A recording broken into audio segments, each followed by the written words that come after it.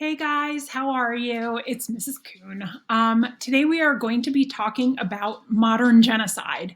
And I'm going to start off by explaining to you what the goal is, and then I'm going to go a little bit into how this is going to work, how we're going to cover this topic remotely over the course of the next 3 blocks. So bear with me and I'll explain it all. Then we're going to watch a couple videos today, and you are going to go answer a question in a Google form. All right. Then there will be separate work that you'll do on days 2 and 3. So here is our goal. Okay.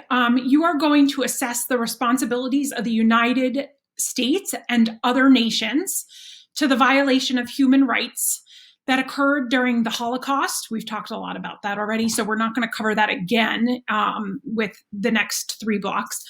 But we are going to talk about Cambodia, Iraq, Rwanda, Bosnia, Darfur, and Myanmar, formerly known as Burma, through personal research and the completion of a graphic organizer. Let's talk about where these places are first. And this is pretty cool. We're going to use Google Earth. So bear with me a second. I'm going to pop over here to Google Earth and launch it. And I'm going to show you a couple of really cool things.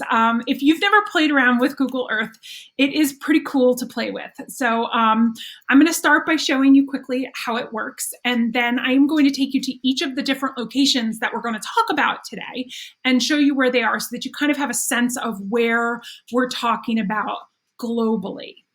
Hopefully it loads for us. I can hear it cranking. Here we go. So I started it out with, let's start out with Earth. See if it shows us the whole globe, right? Like here we are. We were at so it's going to show us clean Earth demolition. All right, let's look at the United States of America. Let's start there.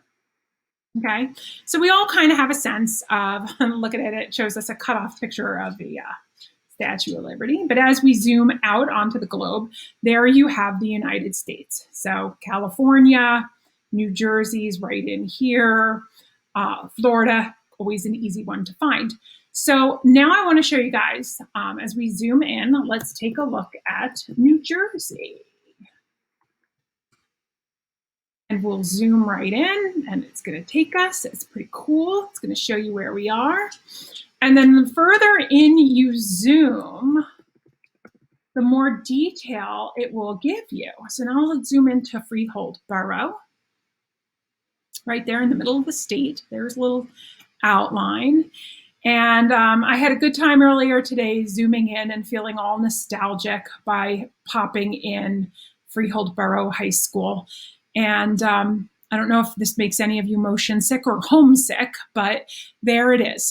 There's the baseball field, the clock tower, history class right there, right? Second floor. So now I want to zoom back out to the United States, because I want to show you where we are in relation to these other countries. Okay. So one of the first genocides that we're going to talk about is a genocide perpetrated by a guy named Pol Pot in a country called Cambodia. It's near Vietnam, next door to Vietnam, but I'm going to bring you to Cambodia so that you can see the country we're talking about and its relationship to the United States. There is Cambodia, okay? I like that in Google Earth, they kind of give you like a little synopsis of the country over here, where it's located. But I'm going to take you there. Now, all this other information and cities and stuff. This is Vietnam right here, south, north, Vietnam. I believe this is Laos. Thailand is over here. That is where the first genocide we'll be talking about took place. I'm going to take you back out to the United States so that you can see the next place and where it's in relation to us. You guys probably studied the Rwandan genocide in ninth grade. It's always has been part of the world history curriculum. And so Rwanda is in Africa, Central Africa, very small country right there. Okay. The next one I'm going to show you is Bosnia. Bosnia, bring it back up to the United States, because I want you guys to kind of get a sense of where we are in terms of these different countries. So now I'm going to pop in Bosnia. Lily, stop it. And take you to Bosnia. My dog wants to go out. And there is Bosnia. It's a small country in Eastern Europe in a region called the Balkans.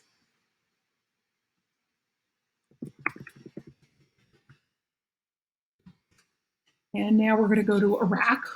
Kind of hope all of you have a sense of where Iraq is in the world. There we are, back to the United States. And there it's going to take you to Iraq, right there in the Middle East. Okay, back out to the United States. And we are going to take a look at Darfur. Darfur is in Africa. It's a region of Sudan, actually. I should probably put in Sudan.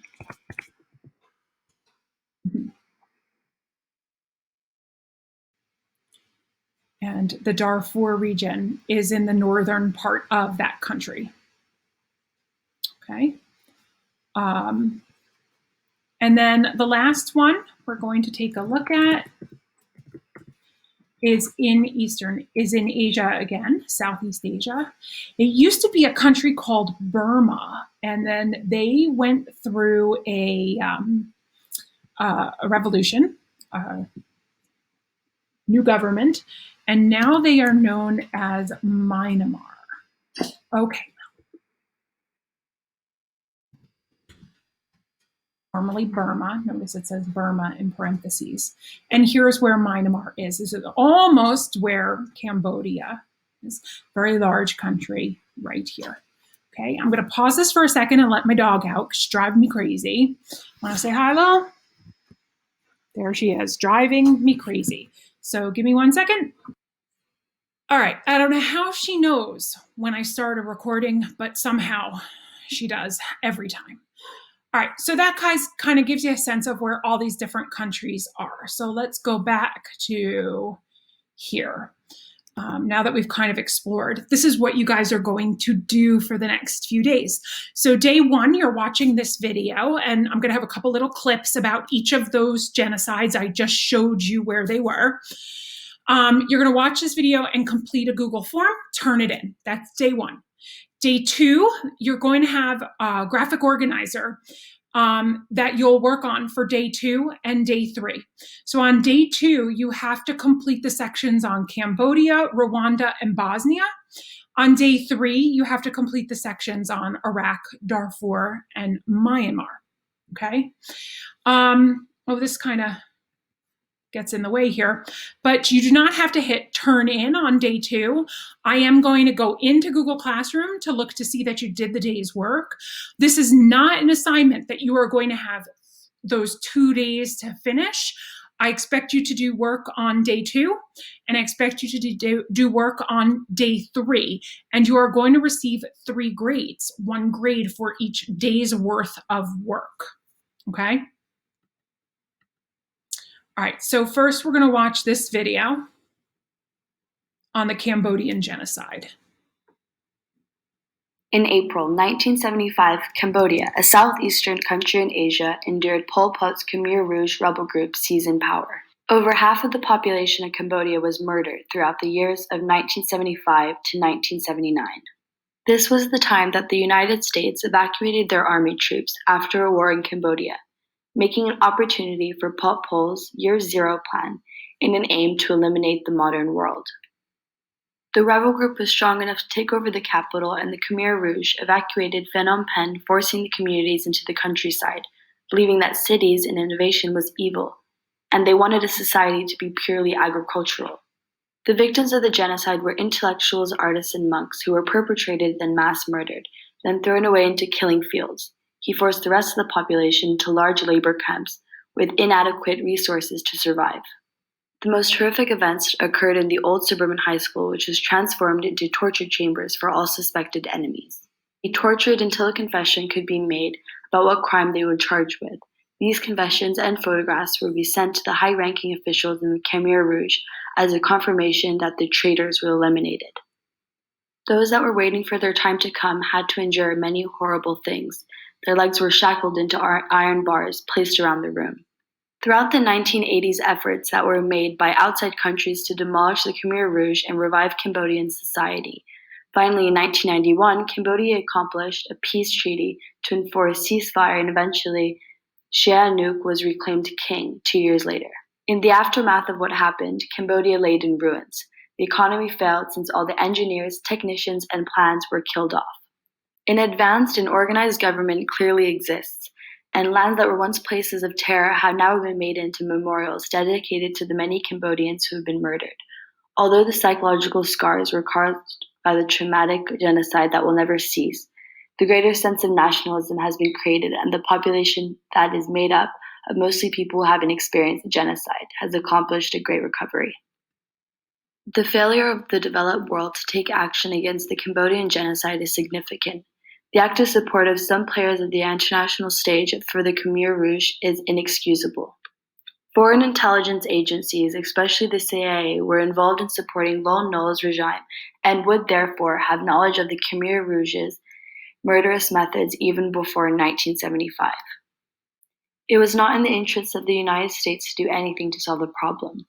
The secretive mass bombings by the US Air Force had a significant role in the genocide because the Khmer Rouge wouldn't have had so many recruits to take power if it wasn't for the anger of the American bombs.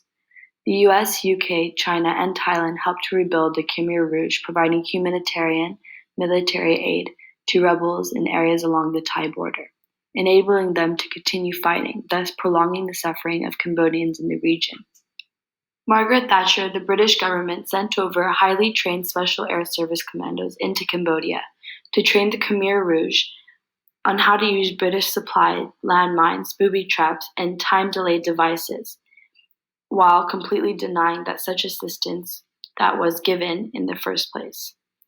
However, in June of 1991, the British government was forced to admit training the Khmer Rouge forces. Had the US, UK, and Thailand not supported Pol Pot's Khmer Rouge during and after the group's period in power, the deaths of many thousands of Cambodians would not have occurred. All right, so that's an interesting video because it's clearly one that was made by a student for students.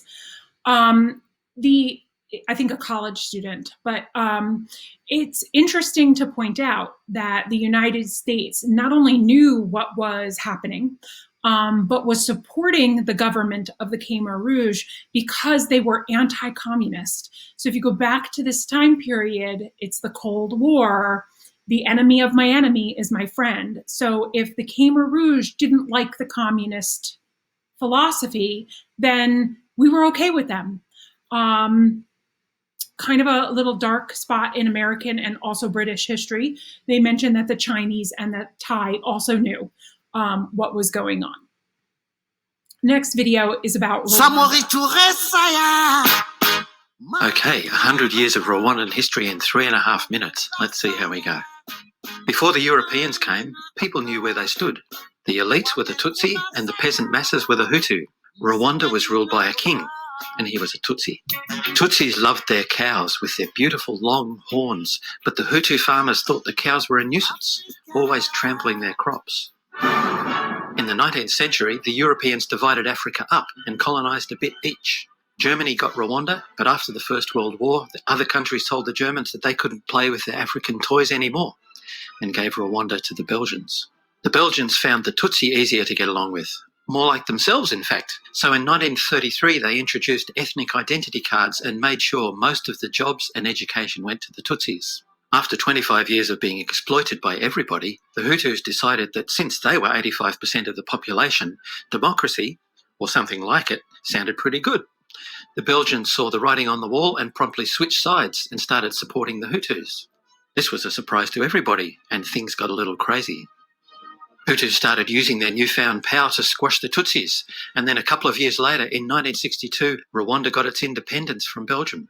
But it was more like a bloodbath than a democratic revolution. And for the next 35 years, Rwanda and its neighbours got caught in a cycle of killings and revenge. Hundreds of thousands of people became unwelcome refugees in surrounding countries. Many Tutsis fled north into Uganda, which was like jumping out of the frying pan into the fire because Uganda had its own murdering dictators. So for decades, those unhappy Tutsis dreamed of going home to Rwanda.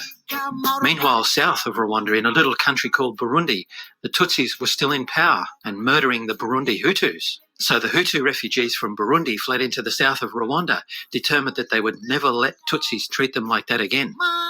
Yes, it's getting complicated, isn't it? The Hutus in Rwanda didn't know what to think. On one hand, they'd overthrown their Tutsi masters and got power for the first time. But on the other hand, there were plenty of Tutsis left, and one day they might come looking for revenge. The Hutus were very afraid, and some of them decided that if things ever got ugly again, they wouldn't make the same mistake twice. Next time, they'd wipe the Tutsis out completely.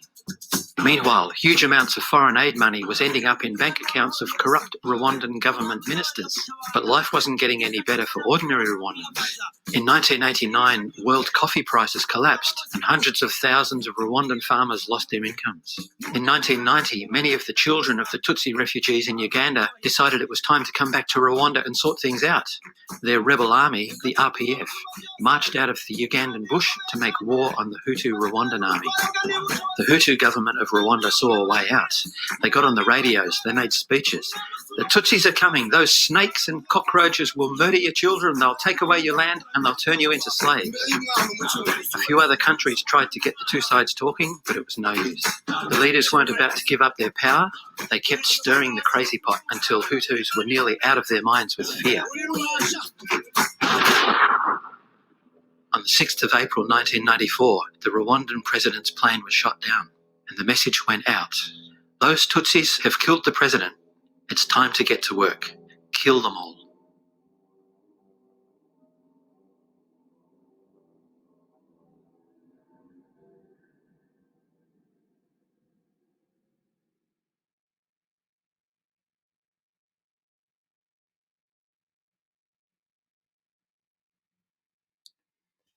And so that is when the genocide began, and you will begin researching that. But that video gives a good understanding of what happened and why. Now we're going to shift Srebrenica, the scene of the worst mass killing on European soil since World War II, and part of what the UN says was a campaign of genocide. But 20 years on, what do we know about what happened?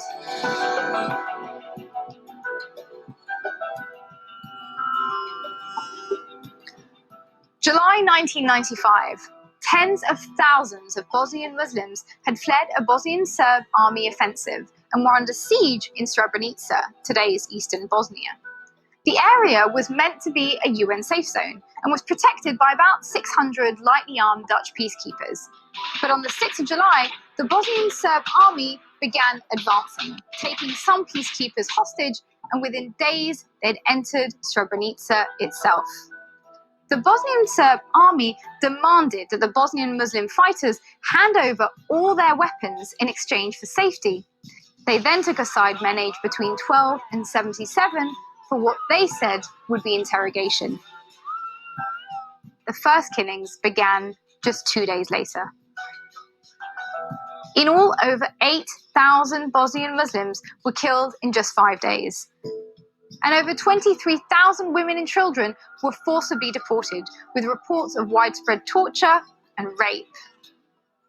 Even now, 20 years on, victims are still being identified and reburied. While Serbia has apologized for what it said was a crime, it denies that the killings were a systematic attempt to eradicate a people. In other words, a genocide.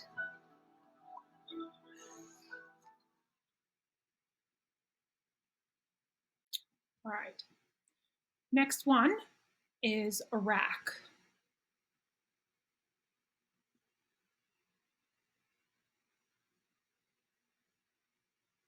and to the town of Helabash, where the dead still lie in the streets. Iraq denies using chemical weapons. It says Iran carried out the attack. Whoever's to blame, the victims are clear: civilians who were caught up in one of the world's most unforgiving wars. Some scenes in this report are gruesome and disturbing. The Iranians flew representatives of the world's press across the now silent battlefield. They'd invited reporters and cameramen to witness what they describe as the worst atrocity against civilians since this war began. The destination, the Kurdish Iraqi city of Halabash, 15 miles across the border. A week ago, the Iranians captured it. Within days, they claim, Baghdad ordered it to be destroyed with chemical weapons, even though 50,000 of their own people were still living there.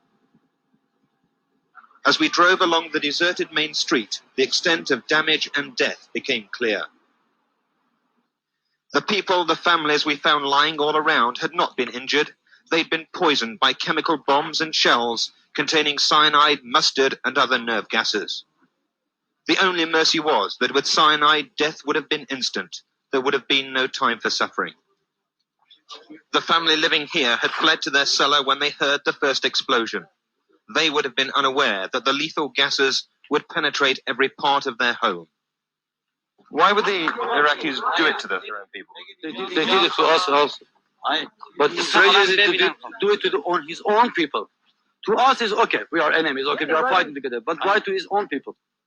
There were countless heartbreaking sights which told stories of how parents had desperately tried to shelter their young from the invisible vapors.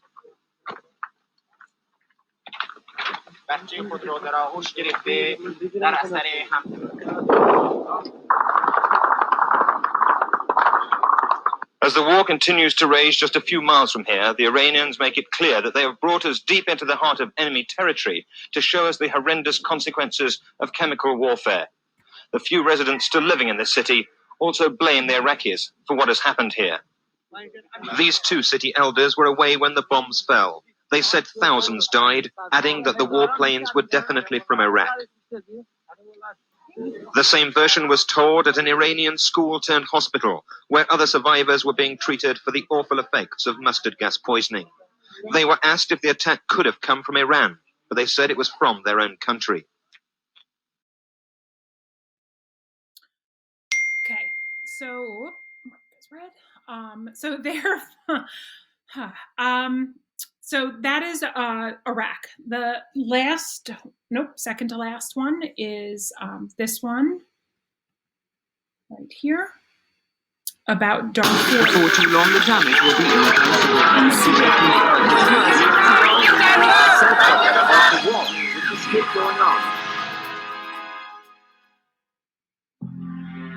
Sudan, the largest country in Africa, lies where the Sahara Desert meets the grasslands of the Sahel. Since its independence in 1956, civil wars between Sudan's north and south have killed millions and displaced millions more.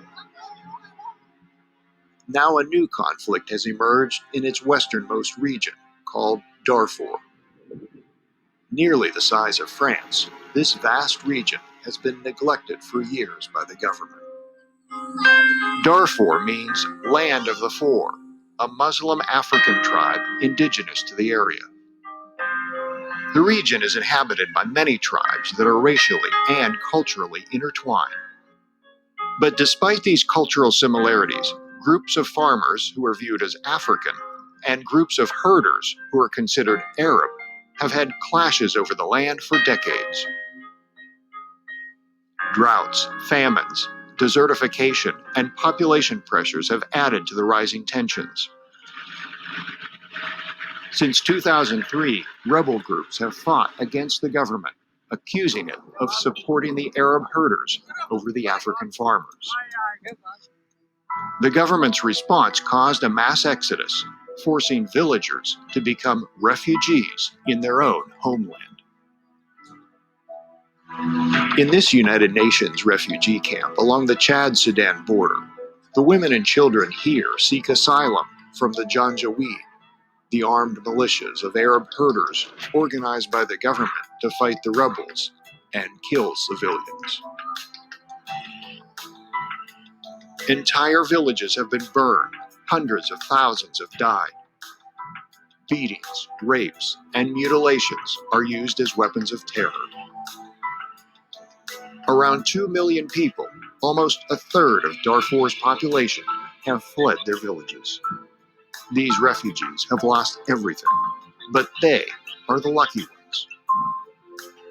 Most still wander the land, unable to go home, their lives still at risk. Despite international pressure, the fighting still continues. And in Darfur, the people are still dying. All right, guys. And the last one is about a genocide that is currently taking place, in the one in Myanmar, which used to be Burma. So this one is going to pop up right here. We'll see if it'll allow me to go full screen. The last time I tried, it did not.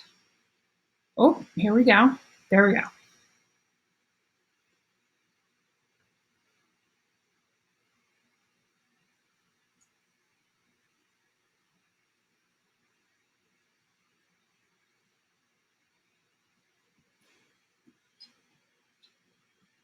I'm your mother-in-law, and I like to question your every move, like this left turn. It's the next one. You always drive this slow. How did you make someone I love? That must be why you're always so late. I do not speed, and that's saving me cash with DriveWise. Yeah, listen.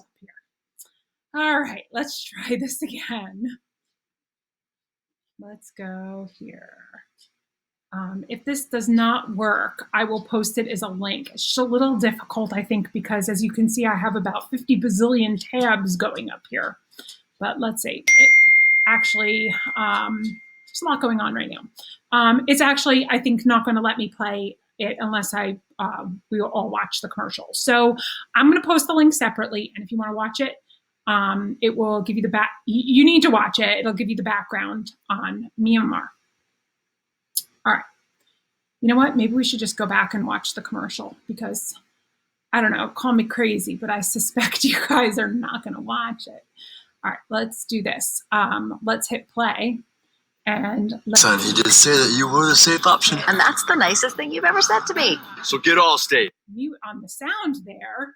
Now we don't have to listen to Mayhem talking about insurance with my favorite, Tina Fey. And in a second, we can go right to the video. Here we go. All right. Some of those who fled from what the UN calls a genocide. Myanmar's government wants you to believe it never happened. Our main important to save life. We afraid our life. To meet these people, it took several days and a rickety boat ride to get to this part of Rakhine State and remote western Myanmar. So foreigners aren't allowed in this part of Rakhine. The only way we're here is on a government escort. We're only taken where authorities want us to go. Our first stop, the village of Indin. There used to be more than 6,000 Rohingya living here. It's Rohingya? Their existence now all but erased. This way? That way. Okay, thank you. So this is what's left of the Rohingya village that was here. It's completely overgrown. It's hard to tell that there were any structures here at any point. The only clues we have to the violence that took place here are trees like this one, still a year later bearing the scorch marks of the fires that burnt this village to the ground. The government said their forces did respond to Rohingya terror attacks here in 2017, but that the Rohingya burnt down their own houses. Only local Rakhine Buddhists remain now. This man supports that story. The Rohingya started threatening the army, he says. The Muslims announced that they would have a celebration by slaughtering and cooking the soldiers and Rakhine people.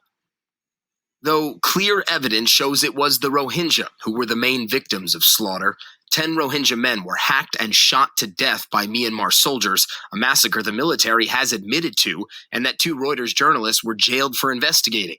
The UN says many more men, women, and children were savagely killed here as well. The trip then continues through a barren, empty landscape. Makes sense when you remember the UN says 720,000 Rohingya fled when violence broke out last year. A full UN report documents how the military and local groups engaged in rape, torture, and the murder of at least 10,000 people to get rid of the Rohingya, a group many in broader Myanmar regard as subhuman non-citizens. So do you continue to claim that genocide did not happen in Rakhine State? During the incident, there was some damage. Regarding the army, they did everything within the law. We cannot comment on whether it was right or wrong. The question is very simple. Do you believe that genocide happened here or not? I'd say genocide didn't happen. Myanmar's civilian leader, Nobel Peace Prize laureate Aung San Suu Kyi, also denies genocide. Her government says it's ready to bring back Rohingya refugees like these, stuck in no man's land, forced out of Myanmar, and not allowed across the border into Bangladesh. They're staying put in part because security forces that would oversee their return are some of the same people accused of carrying out the killing in the first place. The conditions inside that camp were obviously horrific. There's no access to education, no health care, no electricity, food is scarce, and yet still they'd rather be on that side of the fence than this one because they're too afraid to come back. Myanmar might continue to deny ethnic cleansing, but the evidence gathered by the UN and others is overwhelming. A government-sponsored trip does nothing to change that fact.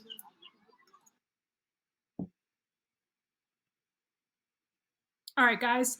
So that is the end of today's lesson. There is a copy of the UN resolution on the member countries' responsibilities towards genocide in a Google form. I'm going to ask you to simply read it and explain it in your own words. That is it for today.